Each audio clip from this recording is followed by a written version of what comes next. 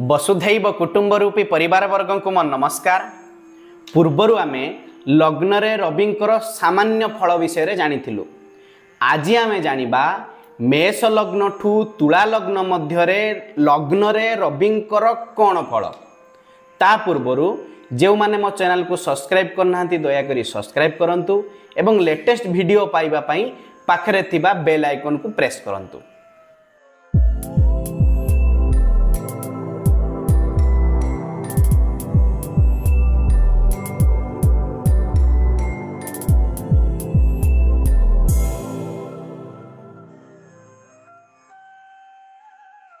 सर्वप्रथमे मेष लग्न जातकरे जदि लग्न रे रवि रहिला तेबे पंचमाधिपति रवि लग्न रे मेष घरे उच्च रे बसिला अर्थात त्रिकोणाधिपति केंद्र रे उच्च रे एणु संतान एवं विद्या रे वृद्धि हेबो।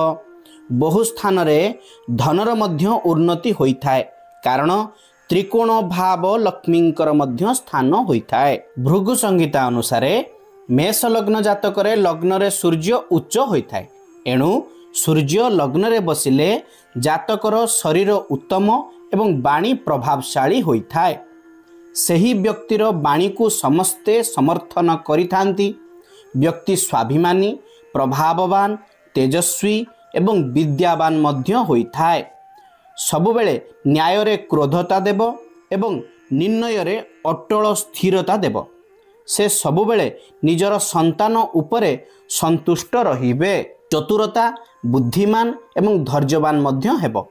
व्यवहार रे कुशलता देइथाय। रवि लग्नरु सप्तम भाव को शत्रु घर तुला को नीच स्थान को दृष्टि देउची एणु व्यक्ति स्त्री सुखरे सामान्य बाधक देव। दुख एवं क्लेश मध्य प्राप्ति हेबो। एहाकू दैनंदिन रोजगार रे कष्टता देइथाय। एहार पत्नी बा स्वामी स्त्री हेइथिले स्वामी पुरुष होइथिले पत्नी। कर्म सुंदर सह स्वेच्छाचारी होइथाय। एहा सह व्यक्ति परिवारर हितकारी सह स्वार्थी हेबो। एही क्षेत्र रे जदि माणिक्य को तंबारे अनामिका अंगूठी रे धारण करा जाय तबे निश्चित भाव रे विद्या संतान स्वास्थ्य एवं वैवाहिक जीवन सह परिवारर मध्य उन्नति हेबो। एहा परे जदि वृष लग्न जातकरे लग्न रे रवि रहिला तेबे चतुर्थाधिपति केंद्राधिपति लग्न रे किंतु शत्रु घरे। एही स्थान रे आपण ग्रह स्थिति बल इत्यादि देखिबे। सुख संपत्ति मातृ वाहन घर इत्यादि रो मालिक लग्न रे एणु मा वाहन सुख विषय रे ग्रह स्थिति रो ही कहिबे। उत्तम रहिले बा बळी रहिले उत्तम फल अनुत्तम बा निर्बली रहिले अनुत्तम फल देव। भृगु संहिता अनुसार सूर्य वृष लग्न रे शत्रु घरे वृष रे बसिबा कारणरू व्यक्ति माता सुख सहयोगी प्रति उदासीनता देव। भूमि वाहन घर सुख सामर्थ्य को प्राप्त करिवो। शरीर स्पष्ट दीर्घ हेबो मात्र सुंदरता रे न्यूनता देव। एहा परे रवि सप्तम को वृश्चिक राशि को पूर्ण दृष्टि देवा कारणरू स्त्री ठारू साहाय्य सहयोग मिलिबो एवं पत्नी साधु स्वभावीर हेबो। निजर परिवार सामान्य भाव रे चलिबो। एही क्षेत्र रे माणिक्य धारण उत्तम देव नाही। एहा लग्न को जोग कारक नुह। एही क्षेत्र रे आपण बेलचेर जंत्र इत्यादि को प्रयोग करि पारिबे। एहा परे जदि मिथुन लग्न जातकरे लग्न रे रवि रहिला तेबे तृतीयाधिपति लग्न रे रहिला। जातक अद्भुत पराक्रमी होइथाय। बहु बड़ बड़ कार्य को हाथ को नहीं थाए। भृगु संहिता मतानुसार रे मिथुन लग्न जातकरे लग्न रे रवि रहिले समस्थिति एणु तेजस्वी एवं कर्म द्वारा समाज रे प्रतिष्ठा लाभ करिथाय। परिवार एवं निज संपर्कीय मानकर उन्नति पाई सबुबेले तत्पर निर्भीक साहसी मध्य होइथाय। लग्न रे बसी सूर्य सप्तम को अर्थात बृहस्पति अर्थात धनु घर को पूर्ण दृष्टि देउछि एणु मित्र घर को दृष्टि कारणरू उत्तम प्रभावशाली पति बा पत्नी प्राप्ति हेबो। वैवाहिक जीवन रे उन्नति हेबो। परिवार रे सुख आडंबर देइथाय। एक क्षेत्र रे माणिक को मध्य धारण करि परिबे नाही कारण एहा मध्य लग्न को जोगकारक नुह। एक क्षेत्र रे मध्य सेई चेर किंबा जंत्र को आपण प्रयोग करिपारिबे। एहापरे जदि कर्कट लग्न जातकरे लग्नरे रवि रहिला तेबे द्वितीयाधिपति लग्नरे रहिला अर्थात जातक संपत्तिवान एवं कौलिक वृत्ति को ग्रहण करिथाय अर्थात प्रोफेशनल विद्या को ग्रहण करिथाय। भृगु संहिता मत अनुसार जातकरे रवि कर्क राशि रे अर्थात मित्र घरे रहिबा कारणरू व्यक्ति परिश्रम द्वारा धन उपार्जन करिथाय। परिवार बहुत बड़ होइथाय किंतु संपत्ति रे बेले बेले बंधक लागि थाए एवं निजर संपत्ति कारणरू निजकु पीड़ा पहुँचे थाए। रवि द्वितीयाधिपति सप्तम को दृष्टि अर्थात शत्रु घर को मकर को दृष्टि कारणरू व्यक्तिर वैवाहिक जीवन में समस्या देखादेव। विभिन्न अनाटन मध्यरे रहिले मध्य निज परिवार को निजर कर्म द्वारा प्रसन्न रखि थाए। ए क्षेत्र रे माणिक्य धारण बहु लाभदायक देई थाए। एहापरे जदि सिंह लग्न जातकरे लग्नरे रवि रहिला तेबे लग्नाधिपति लग्नरे अर्थात व्यक्ति दीर्घायु महाप्रतापी निरोगी धनधान्य प्राप्तकारी होइथाय। भृगु संहिता मतानुसार व्यक्ति आत्मविश्वासी निर्भीक शक्तिशाली होइथाय आत्मस्वाभिमानी होइथाय। प्रारंभ अवस्था बहु सुंदर एवं प्रभावशाली होइथाय। राग क्रोध अधिक हेबा कारणरू बेले बेले मान अपमान जोग मध्य देइथाय। लग्नाधिपति सप्तम को कुंभ राशि को अर्थात शत्रु घर को सप्तम रे पूर्ण दृष्टि देबा कारणरू वैवाहिक जीवन रे सुखर न्यूनता रहिबो। व्यापार रे बाधक देखा देबो। निजर परिवार प्रति गंभीर स्वभाव रहिबो। बेले बेले कर्म रे आलस्यामी देइथाय।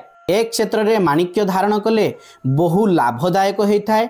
शरीर आरोग्य मान सम्मान प्रतिष्ठा लाभ सुख समृद्धि इत्यादि देइथाय। एहापरे जदि कन्या लग्न जातकरे लग्नरे रवि रहिला तेबे द्वादशाधिपति लग्नरे पुणी बुध घरे एणु व्ययर परिमाण अधिक रहिबो। खर्च गुड़िक अजाणतरे हेबो। भृगु संहिता मतानुसार उदारता एवं प्रसन्नता कारणरू धनर व्यय होइथाय। कौनसी सरकारी बड़ संस्थारो साहाय्य मिलिथाय। व्ययाधिपति लग्न रे कारणरू शरीर क्षीण पतला होइथाय। देश विदेश भ्रमण करिबा द्वारा बाह्य ज्ञान मध्य बढ़ी थाए। धन नथिले मध्य खर्च निश्चित करिवे। बेले बेले दायित्वहीनता मध्य देखा देई थाए। कौनसी स्थानरू यश सम्मान प्रतिष्ठा मिली थाए। सप्तम भाव को द्वादशाधिपति मित्र बृहस्पति घर को दृष्टि दबा कारणरू पति बा पत्नी सुखर अनुभव कम होइथाय।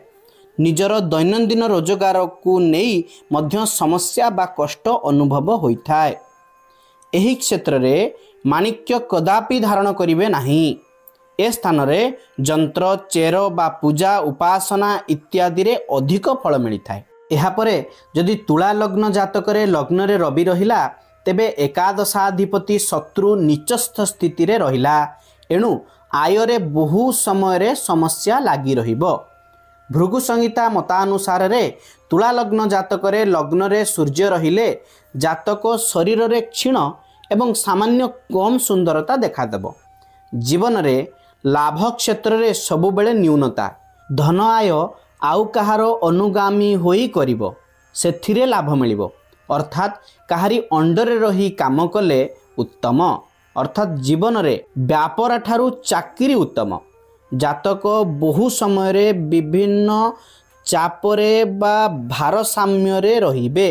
अर्थात सुख मिलिबो नाही। समाज रे प्रभावहीन भाव रे परिगणित हेबे। जीवन रे जश एवं सम्मान मिलिबारे कष्ट होइथाय। सूर्य सप्तम को मेष घर को उच्च को पूर्ण दृष्टि देबा कारणरू जातकर दैनंदिन रोजगार रे पंथा पाई करुथिबा प्रयास केबे मध्य वृथा जीव नाही। पति बा पत्नी सुंदर सुशील उत्तम स्वभावर रहिबे। पत्नीर साहाय्य बा पतिर साहाय्य रे बहु मात्रा रे लाभ मिलिथाय। वैवाहिक जीवन रे उत्तम देव। एही क्षेत्र रे माणिक्य उत्तम देइथाय मात्र बेले बेले लग्न को जोगकारक नथिबा कारणरू फल विपरीत मध्य देइथाय। एणु रत्न धारण न करी चेर इत्यादि को धारण बा पूजा तर्पण इत्यादि कले उत्तम फल मिलता है। तेबे आपण माने जानिले मेष लग्न ठारू तुला लग्न पर्यंत लग्न रे रवि रहिले कौन फल। नेक्स्ट वीडियो रे आमे जानिबा बिछा लग्न ठारू मीन लग्न पर्यंत लग्न रे रवि रहिले कौन फल। आशा करुच्ची आपको वीडियोटी भल लगी तेणु आज एतिक। धन्यवाद। नमो नमः।